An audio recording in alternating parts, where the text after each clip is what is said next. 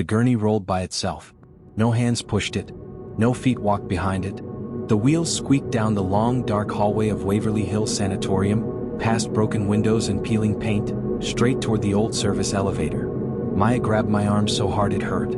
Chris whispered, "No way," but the word came out like steam. The air smelled like wet stone and old soap. Somewhere down the hall, a door clicked shut all by itself. We watched the gurney stop at the elevator like it remembered the way. A breath of cold moved over us, colder than winter. The elevator doors were rusted open. The gurney edged forward an inch, another inch, then tipped and fell in with a clatter that shook the floor. The sound echoed up the empty shaft, bouncing from level to level like someone calling from very far away. When the echo died, we heard something worse, soft footsteps in the hall behind us. Not ours. "Don't run," Jordan said because he always said that. But his voice shook and his flashlight beam shook too. We turned slow. The hallway behind us stretched long and gray. At the far end, a small shape stood in the dark. It looked like a person, but too still, too thin, like a shadow had learned how to stand. "Hello," I said, even though I knew hello was not the word. The shadow didn't answer. It took one step, and then every door on our floor shivered and clicked, one after another, like the building was counting down. Hours earlier, Waverly Hills looked almost quiet. The big brick building sat on a hill above Louisville, Kentucky, its windows like tired eyes. Wind moved the tall grass. Vines crawled the old walls. A sign warned, "No trespassing." Our tour was allowed though. We signed papers, paid for the night tour, and held bright flashlights like little swords. Our guide, Miss Parker, met us at the front steps. She was cheerful in the way that made me trust her. "Stay with me," she said. "Use your headlamps. No wandering. If you feel dizzy or sad, speak up." "Dizzy or sad?" Maya asked. "Some rooms carry heavy memories," Miss Parker said. "This place was a hospital for people with tuberculosis a long time ago. A lot of people got better. A lot didn't." We followed her into the entry hall. Dust hung in the light like tiny stars. Our steps crunched on fallen plaster. "You'll hear about the body chute," Miss Parker said, not trying to scare us, just telling the truth. "A long tunnel they used so wagons could reach the lower levels. They didn't want patients to see the stretchers going out. It was kinder that way. Death and spirits in the hallways," Jordan read softly from our tour flyer. He tried to sound brave. "Great name." "It's honest," Miss Parker said. "You'll hear things tonight. Maybe you'll see things. If you do, you don't run. You say what you need. You remember, this was a place full of people. Talk like they can still hear you, because sometimes they can." That first hour didn't feel too bad. We walked slow. We saw sunrooms where patients once rested in fresh air. We saw a nurse's station with a broken clock stopped at an old time. We saw paint peeling in long curls like paper ribbons. A soft breeze came through the empty windows and moved the curtains that weren't there anymore. Miss Parker told us a story about a cat that used to follow the tours. She'd sit in the same doorway every night, she said, like she was waiting for someone. We had lows and highs, like a scary song with quiet parts on purpose. Low, a room where our flashlights picked up dust and nothing else. High, a door closing by itself at the end of a hall. Low, the hum of city noise far below, like a lullaby under the wind. High, a whisper that wasn't wind somewhere close to my left ear. "Did you hear that?" I asked. "No," Maya said and then swallowed. "Yes." In the children's ward, tiny beds sat in a row like silent boats. Someone had left a toy ball in the middle of the floor for the tours. "If you'd like to try," Miss Parker said, "you can roll the ball. Politely, please. No dares. Just invitations." Chris knelt and tapped the ball with 2 fingers. "If you're here," he said, "you can play with us if you want." We waited. Nothing moved. Jordan exhaled hard, like he'd been holding his breath without knowing. Then the ball rolled the other way. Not much. Just a foot or 2. Enough to make everyone look at each other with that wide, surprised face people make when something impossible is small and real at the same time. "Thank you," Maya said to the room. She said it gently, and the air felt a tiny bit warmer, like the building liked good manners. We left the ball. We left a little piece of fear behind with it. The hallway ahead turned dark again. Miss Parker led us toward the elevator, which no longer worked but still watched the hall. "We won't go down the body chute tonight," she said. "It's slippery when it rains." Outside, thunder grumbled. The sky flashed once and went quiet, like it had cleared its throat. We paused at the elevator. The cage door stood open. A gurney leaned crooked against the wall. Miss Parker shone her light down the shaft.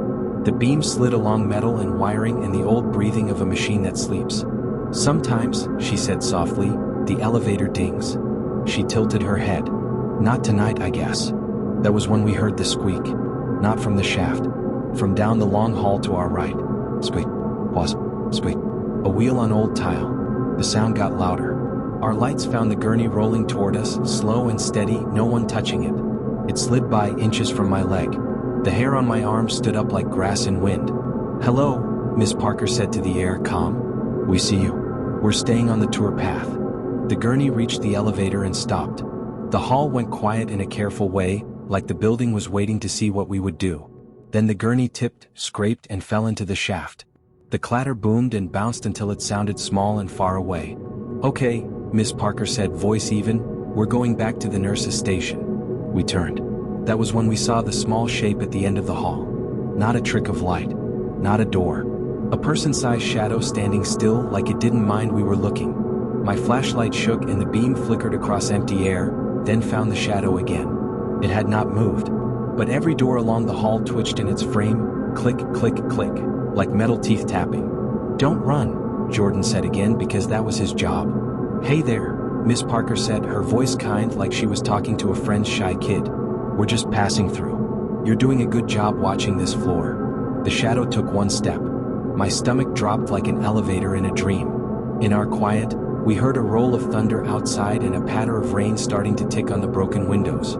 "Back away," Miss Parker whispered. "Nice and easy. Stay together." We stepped backward, 5 slow steps, not turning our backs. The shadow stayed where it was. The door stopped clicking. For a heartbeat I thought the moment had passed. Then a whisper slid under our feet and climbed the hallway like a cold tide, and we all heard it at once, not with our ears but the part of us that hears deeper. Said my name. It said it clearly like a nurse reading a chart. "Alex." I didn't answer. Miss Parker's eyes found mine and held tight. "Keep your mouth closed," she said. "Keep your thoughts on something real." I thought of my mom's kitchen and how her clock always runs 5 minutes fast. I thought of the way hot asphalt smells after rain. I thought of my own front door. Safe and boring and never humming at me. "Alex," the voice said again, softer now. And behind the shadow down the hall, something else moved, low to the floor, quick like a small person running on silent feet. The ball in the children's ward rolled into view, then stopped, then rolled back the way it came like someone had nudged it and lost interest. "Time to go," Miss Parker said. She never raised her voice. She didn't have to. We listened. We walked. We did not run. The elevator shaft breathed a draft up at us, cool and damp. We edged past it. The hall to the nurse's station stretched long and gray, our lights painting weak circles on the floor. We reached the station. Miss Parker stepped behind the counter as if it were a safe island. "Good," she said. "That's good." The radio on her belt crackled with static and a voice from another guide on another floor. "You all right up there?" She thumbed the button. "We're good," she said, looking at us to make sure it was true. "Just a little traffic by the elevator." "Copy," the radio said. "Rain's coming through the windows.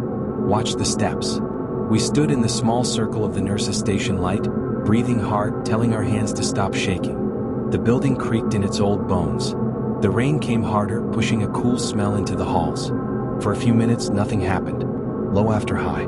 A little mercy. Maya leaned on the counter. "What happens if you say your name back?" she asked, too curious for her own good. "You don't," Miss Parker said. "Names are invitation." Thunder rolled. The lights flickered. My headlamp dimmed and then steadied. Far down the corridor, a door swung open like someone late to a meeting. Another door did the same. A soft squeak rose from the elevator shaft, not the gurney this time, but metal rubbing metal, old pieces remembering their jobs. "Stay here," Miss Parker said. "I'm going to close that door." She stepped into the hall, firm and brave. Her light slid over the floor. Her footsteps echoed once, twice. The elevator dinged. Not loud. Not broken. A clear little bell, like a polite voice saying an appointment had arrived. Miss Parker stopped. We all did. The elevator doors, rusted open for years, shuddered. The left panel scraped. The right panel tugged. Dust fluttered from the track. The bell dinged again. My name brushed my ear one more time, almost a sigh. "Alex." The doors began to close. And from inside the elevator, dark as a cave, the shape of someone stepped forward, one foot already crossing the threshold into our hallway. The elevator doors kept sliding, metal teeth scraping, until they almost touched. A dark shape stood between them, 1 foot out, 1 foot in, like it couldn't decide which world it wanted. Rain tapped the broken windows, steady as a clock. Miss Parker lifted her flashlight and said, calm and brave, "You don't need to come out. We see you. We're moving along." The shape didn't answer, but the hallway changed. The air pulled tight, then loosened like the building took a breath. My name brushed my ear again, Alex, soft as a secret. I clenched my jaw and didn't speak. Miss Parker pointed her light at the gap where the doors met. In the beam, dust swirled like tiny fireflies. The shape blurred, then thinned, then faded back into the elevator car like a shadow sliding under a bed. The bell dinged once more. The doors stopped moving and stuck, not open, not closed. Miss Parker took 2 slow steps backward and rejoined us at the nurse's station. "Good," she said, voice steady. "That's better." We all took the same breath at once. The building creaked like a ship in soft water. The rain smell turned clean and cool like a wet sidewalk. For a minute we had a lull. We needed it. Why did it say my name? I whispered. "It tries names until one opens like a door," Miss Parker said. "You didn't open. Good job." Maya squeezed my hand. "You're okay," she said. Chris bumped my shoulder with his in that quiet way that means I'm here, don't worry. Jordan stared down the hall, camera steady, audio on, doing his job even with his knees shaking. The radio crackled. Another guide's voice came thin and far. "Team 2 heading to the solarium. Floors are slick. Watch your step." "Copy," Miss Parker said. She glanced at her watch and then at us. "We're going to circle to the solarium too," she said. "Fresh air helps. Keep your lights on. If something calls, keep your mouth closed. If your thoughts get noisy, count the things you can see. Doors, windows, your own fingers." We moved together, slow and careful. The long hall stretched ahead, gray and full of corners. A single wheelchair sat sideways near a doorway, its leather seat cracked, its handles dusty.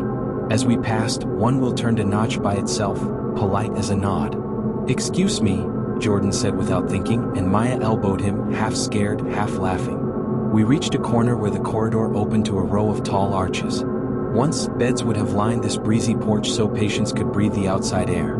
Now the arches framed the night, trees shaking their leaves clean in the rain, the far lights of Louisville winking through the mist. Thunder rumbled again farther now. The storm was walking away. The solarium felt kinder than the hall. We stood by the low wall and let the cool air rinse our faces. "Better?" Miss Parker asked. We nodded. Even the building seemed to loosen its shoulders. Somewhere below us, a door closed softly, like a librarian asking for quiet. Chris said, "Can they follow us out here?" "They can follow anywhere," Miss Parker said, honest as always. "But the outside is bigger than they are. They feel smaller here." We had a low of lows then, a good, soft quiet. We listened to rain drip from the roof. We watched water beads slide down a rusted pipe like tiny runners. I counted 6 arches, 7 broken window panes, 8 lightning flashes far out over the city. My breath slowed until I could hold it without feeling like a balloon. Maya whispered, "I could almost nap," and then laughed at herself because no one naps on purpose at Waverly.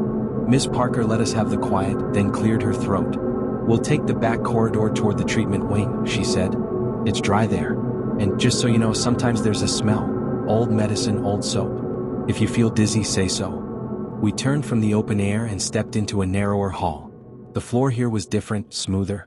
Our lights showed white tile peeking through dirt, and faint green lines that once marked where carts should roll. On the left, small rooms sat with open mouths, storage, treatment, a closet with nothing but a single hanger still hooked to a bent rod. On the right, windows looked into bigger rooms where shadows pooled in corners like spilled ink. At the third doorway the smell hit, a clean, sharp scent like rubbing alcohol and mint. It wasn't strong, but it was there and it felt new. My stomach flipped. "I smell it," Chris said. His voice was small. "Me too," Maya whispered. "Maybe we just walked into old air," Jordan said, trying to sound easy. But his face didn't match his words. The smell faded as fast as it came. The building gave another long breath. A set of beads that someone had tied to a door frame, left over from a tour maybe, clicked once as if fingers brushed them in passing. We reached a room with tiled walls and a drain in the center. Miss Parker paused at the door. She didn't step in.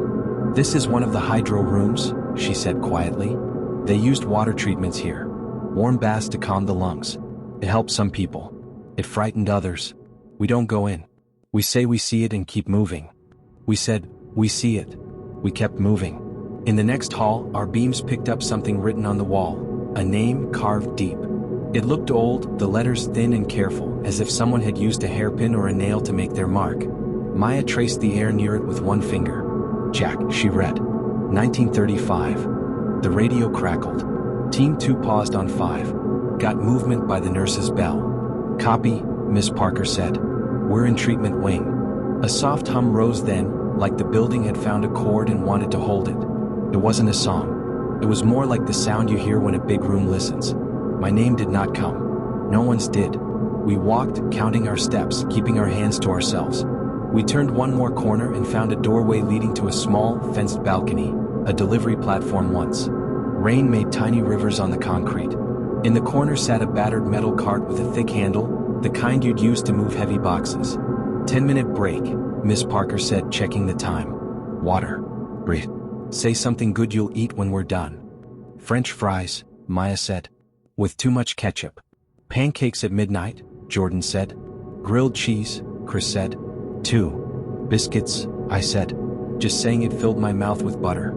The idea of pancakes and biscuits and fries piled up in my head like warm bricks, and for a moment I forgot the elevator and the ball and the doors that clicked like teeth. That's when the footsteps started above us. Not one person. Many.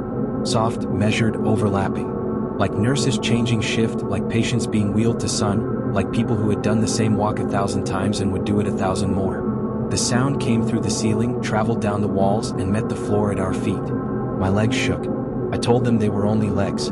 Thank you for your work, Miss Parker said, voice low and kind. We're passing through. The footsteps slowed. Then they stopped. High, low, high. Another breath for us to borrow. All right, Miss Parker said gently. One last route and we head out. She pointed toward a stairwell door. Down one flight across the main hall, back to the entry. Down? Chris said. Just one, she promised. Stairs are wide. Hold the rail. We reached the stairwell and pushed the door. It groaned like a big animal. The stairs were concrete, the rail a cold curve under my palm. Water dripped somewhere steady. Our lights put halos on the steps as we went. The figure's footsteps slammed against the tiles, echoing like a dozen shoes though only one shadow moved. My chest locked tight. Maya screamed but clamped her hand over her mouth to keep it small. Chris froze, wide-eyed. Jordan's camera light shook so hard the beam carved wild arcs across the hall. Move! Miss Parker shouted, not loud but sharp enough to cut through the panic.